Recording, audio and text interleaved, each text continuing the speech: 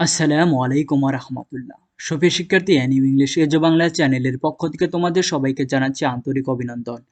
আজকে আমরা যে বিষয়টি নিয়ে আলোচনা করব তা হলো 20th সেঞ্চুরি পোয়েট্রি অনার্স চতুর্থ বর্ষের এই সাবজেক্টের ব্রিফ কোশ্চেনের দ্বিতীয় পর্ব নিয়ে। এর পূর্বে আমরা ব্রিফ কোশ্চেনের আরও 2টি পর্ব আপলোড করেছি, যার লিঙ্ক ভিডিও ডেসক্রিপশন বক্সে দেওয়া রয়েছে। প্রথম ভিডিওটিতে আমরা আলোচনা করেছি ডব্লিউবি ইয়ার্স থেকে ইম্পর্টেন্স ব্রিফ কোশ্চেনগুলো নিয়ে। এর পরের ভিডিওটিতে আমরা আলোচনা করেছি টিএস এলিয়টস থেকে ইম্পর্টেন্স কোন কোন কোশ্চেনগুলো পড়তে হবে তা নিয়ে ভিডিও করা রয়েছে। তোমরা যদি চাও তা অবশ্যই প্রকাশ করা হবে। সেই ভিডিওটি চাইলে তোমরা অবশ্যই কমেন্ট করে আমাদের জানাও, আমরা দ্রুত আপলোড করব। আজকে আমরা ডিলন থমাস থেকে ইম্পর্টেন্স ব্রিফ কোশ্চেন নিয়ে আলোচনা করব। অর্থাৎ ডিলন থমাস থেকে যে সকল কবিতার ব্রিফ কোশ্চেন বিগত সালগুলোতে এসেছে এবং সেট সাজেশনে যে সকল কোশ্চেনের ভুল আনসার বা অনেক লং আনসার করা রয়েছে সেগুলো আমরা শর্টকাটে বাংলা অনুবাদ সহ আজকে আলোচনা করব। আর এখনও যারা চ্যানেলটি সাবস্ক্রাইব করনি তারা সাবস্ক্রাইব করে নাও এবং পাশের বেল আইকনটিতে অন করে তোমার বন্ধুদের মাঝে ফেসবুকে শেয়ার করে দাও। আসা শুরু করছি আজকের মূল আলোচনা। 1 নম্বর কোশ্চেনটি খুবই কমন। কোশ্চেনটি হলো, what does the word rose mean in the sentence and I rose in rainy autumn. এখানে বলা হলো এবং আমি বৃষ্টির শরতে গোলাপ বাক্যটিতে গোলাপ শব্দের অর্থ কি? Answer, the quoted expression the word rose means born. উদ্ধৃত অভিব্যক্তি গোলাপ শব্দের অর্থ হলো জন্ম। 2 নম্বর কোশ্চেনটি খুবই কমন। কোশ্চেনটি হলো, how is the weather on the hill top in the poem. কবিতায় পাহাড়ের চূড়ায় আবহাওয়া কেমন? Answer, on the hill top the weather is bright. পাহাড়ের চূড়ায় আবহাওয়া উজ্জ্বল। 3 নম্বর কোশ্চেনটি খুবই কমন। কোশ্চেনটি হলো, name some water creatures we find in the poem in October. অর্থাৎ পোয়েম ইন অক্টোবর কবিতার মধ্যে আমরা যে সকল জলের প্রাণীদের নাম পাই সেগুলো কি কি? Answer, muscle, Hiron, seagull and snail. ঝিনুক, হেরন, সিগাল এবং শামুক এই সকল প্রাণীর নাম পাই। 4 নম্বর কোশ্চেনটি খুবই কমন। কোশ্চেনটি হলো, on what occasion was poem in October written. সাধারণত পোয়েম ইন অক্টোবর কোন উপলক্ষে লেখা হয়েছে? Answer, Dillon Thomas wrote poem in October, a wonderful lyric to celebrate 13th birth anniversary. অর্থাৎ ডিলন থমাস 30তম জন্ম উদযাপনের জন্য এ পোয়েম ইন অক্টোবর কবিতাটি লিখেছেন। 5 নম্বর কোশ্চেনটি খুবই কমন। কোশ্চেনটি হলো, how does Dillon Thomas celebrate his birthday. Dillon Thomas কিভাবে তার জন্মদিন উৎসব উদযাপন করেন? Answer, Dylan Thomas celebrates his birthday by observing the games of water creatures like mussel, heron, seagull, by listening to the songs of birds and by enjoying the beauty of nature. Dylan Thomas তার জন্মদিন পালন করেন জলের ঝিনুক, বগলা, seagull, পাখির প্রাণীদের খেলা পর্যবেক্ষণ করে এবং প্রকৃতির সৌন্দর্য উপভোগ করে।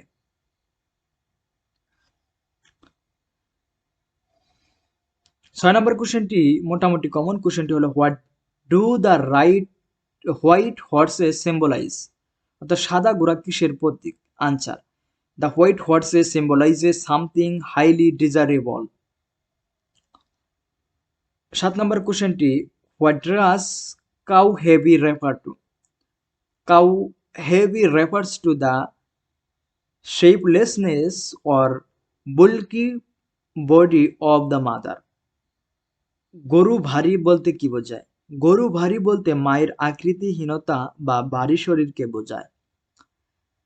8 নম্বর কোশ্চেনটি, what suggest the finality in the poem crossing the water. মোটামুটি কমন কোশ্চেনটি, জল অতিক্রম করা কবিতাটির চূড়ান্ততা কি? Answer, the silence of the অ্যাস্টাউন্ডেড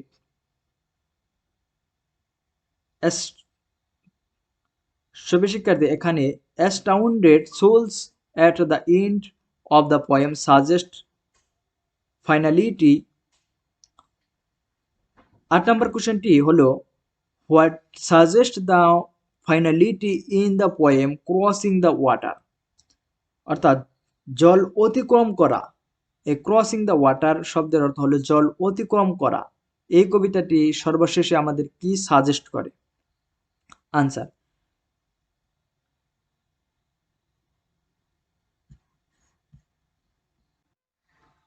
answer, the silence of the astounded souls at the end of the poem suggests finality, the journey is over. কবিতার শেষে বিস্মিত আত্মার নীরবতা চূড়ান্ততার ইঙ্গিত দেয়, যাত্রা শেষ, অর্থাৎ যাত্রা শেষ এটি ইঙ্গিত দেয়। 9 নম্বর কোশ্চেনটি হলো what does the first stanza of the word suggest. ততটা কোশ্চেনটা গুরুত্বপূর্ণ নয়, তাই আমরা স্কিপ করে যাচ্ছি। 10 নম্বর কোশ্চেনটি খুবই কমন। কোশ্চেনটি হলো what is the meaning of the fixed stars, অর্থাৎ স্থির তারা এর অর্থ কি? Answer, fixed stars refers to destiny or divinity that controls human life. স্থির তারা বলতে নিয়তি বা দেবত্বকে বোঝায়, যা মানুষের জীবনকে নিয়ন্ত্রণ করে। 11 নম্বর কোশ্চেনটি মোটামুটি কমন। কোশ্চেনটি হলো what does the bottom of the pool signify. পুলের নিচে এই কথাটি দ্বারা কি বোঝানো হয়েছে? The bottom of the pool সিগনিফাইস the kingdom of death. পুলের নিচে মৃত্যুর রাজত্বকে বোঝানো হয়েছে। 12 নম্বর কোশ্চেনটি খুবই কমন। কোশ্চেনটি হলো what is the theme of the poem the rival. প্রতিদ্বন্দ্বী এই কবিতার বিষয়বস্তু কি?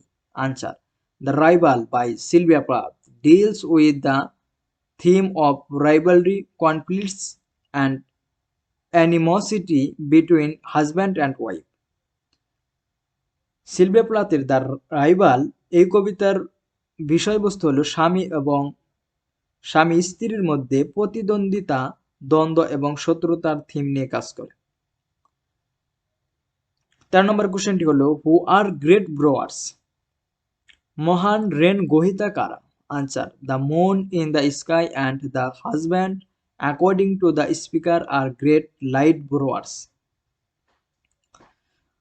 আকাশের চাঁদ এবং স্বামী বক্তার মতে মহান আলোর ধারক। 14 নম্বর কোশ্চেনটি why is the moon ridiculous during day time. Answer, দিনের বেলায় চাঁদ কেন হাস্যকর? এর আনসার হলো being invisible during day time the moon is an object of ridicule to the people of the world. দিনের বেলায় অদৃশ্য হওয়ায় চাঁদ পৃথিবীর মানুষের কাছে উপহাসের বিষয়।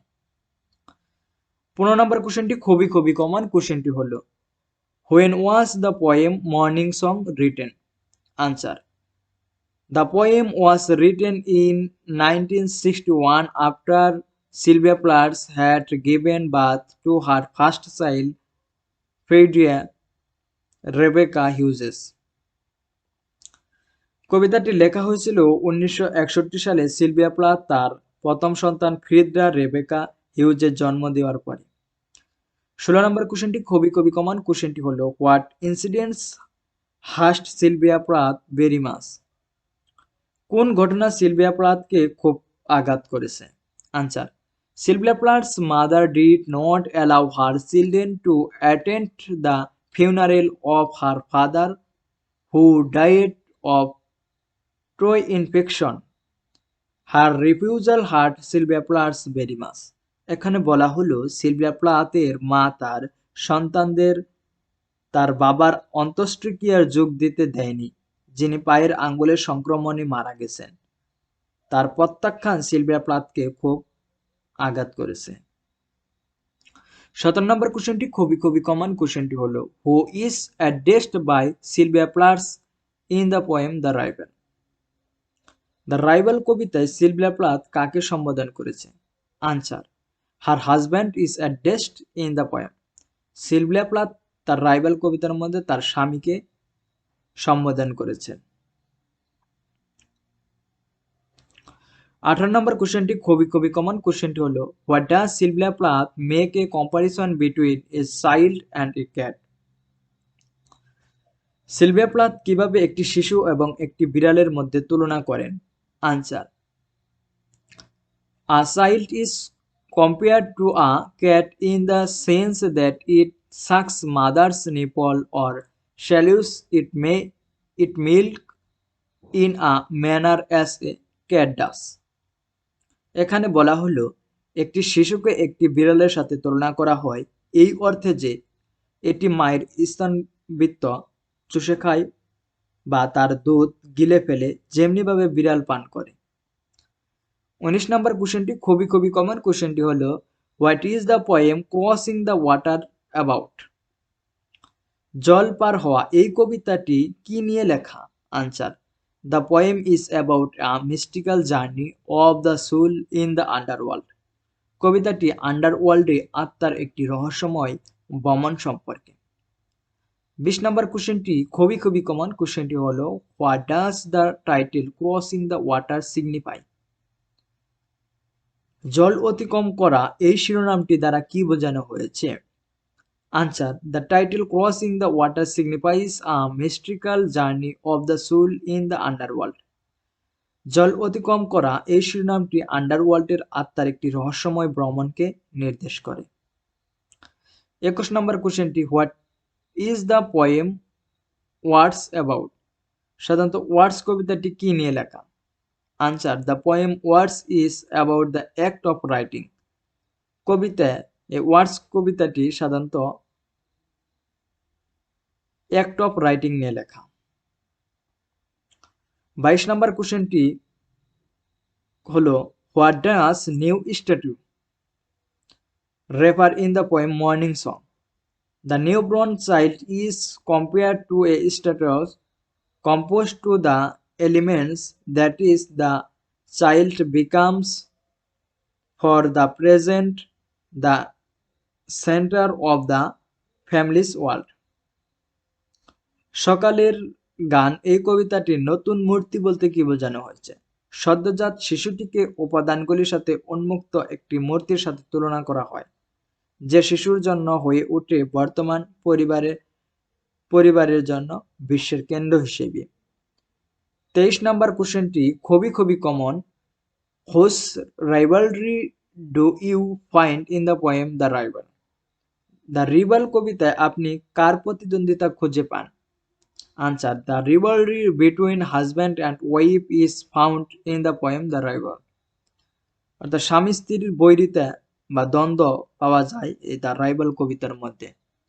সুপ্রিয় শিক্ষার্থী, এরপর তোমরা আমাদের কাছে কোন সাবজেক্টের কোন পার্ট নিয়ে ভিডিও চাও তা কমেন্ট করে জানাতে পারো, আমরা দ্রুত আপলোড করার চেষ্টা করব। আর এর পূর্বের অন্য যে সকল 2টি ভিডিও এই 20th সেঞ্চুরি পোয়েট্রির মধ্যে আপলোড করা হয়েছে ব্রিফ কোশ্চেন নিয়ে, সেটি অবশ্যই পড়বে। 3টি ভিডিও যদি তোমরা ভালোভাবে দেখো তাহলে অবশ্যই ব্রিফ কোশ্চেনে পরীক্ষার মধ্যে ভালো আনসার করতে পারবে। ততক্ষণ তোমরা সবাই সুস্থ থাকো, ভালো থাকো এই প্রত্যাশায় আজকের মতো আল্লাহ।